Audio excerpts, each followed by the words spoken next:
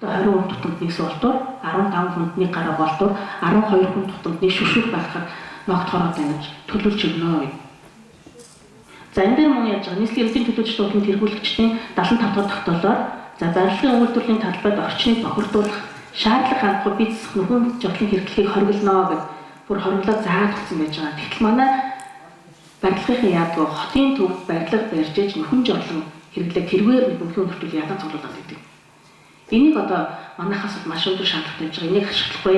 Нэгэнт та нар техникийн өсгөн гарцсан байгаа бол яг цэг бохороос холбогдох боломжтой болсон байгаа шүү дээ. Тийм учраас энэ дээр бол зөөврийн одоо би бол ийм шаардлагатай. Нэгэнт одоо нэг л том зардал гаргачаа. Мэдээж энэ дээр бол мэдээж хөрөнгө төсөв нэлээд гарна. Тэр пант дээр авах чуулга тэрэн дотор яах нь 0 дүүш хуцуугаалгын газраа гар бас дураар бүгдийг төлөвлөжгөө. Энэ дээр бол нэг л удаа том зардал гарна. Тэр бол зөөврийн дараагийн барилга дээр шилжгээр яах нь тэрийг зөөгөөд аваачаа шууд цэвэр бохирдол холбочно. Одоо энэ хийсэн газрууд бол байж байгаа. Өшөө мөн яг нь тийч боломжгүй ч гэсэн очингуудыг яаж гэнэ цэвэр бохирдол холбоод боловсон нөлт сурлуулсан барилгууд бол зөндөө байж байгаа. Болж юм тэгж хийж болж юм. Тэгтэл зарим барилгууд маань яаж юм дээр ихээс тгүүгээр газраа авахад нөгөө нэг бицх газар хийцэн байдаг. Энэ маань сүүлд нь ямар хор хөнөөлтэй юм бэ гэхээр тэр ашиглаж байгаа тэр 0 болгож шилжиж байгаа тэр газар маань яг нь барилга ашиглалтанд орлоо сүүлд нь хүүхдийн тоглоомын талбай болж болно. Тэн дээр яг нь маш их хөрсний бохирдол үүснэ. Тэнд тоглож байгаа хүүхдүүд яг нь эзний халдвар төртөх магадлал өндөр байдаг байна. Самтны усны эрүүл ахуйн шаардлага байж байна. За энэ дээр бол түр ярьж өгсөн тийм маш их хөдөлж байгаа тохиолдол бол бүсөөр микробнүүдэд авч яадаг учраас эцэжүүлсэн ус за амтны усаар бол ажилтдаг бол ажлын байран дээр нь бол хангаж авах хэрэгтэй байх нэ.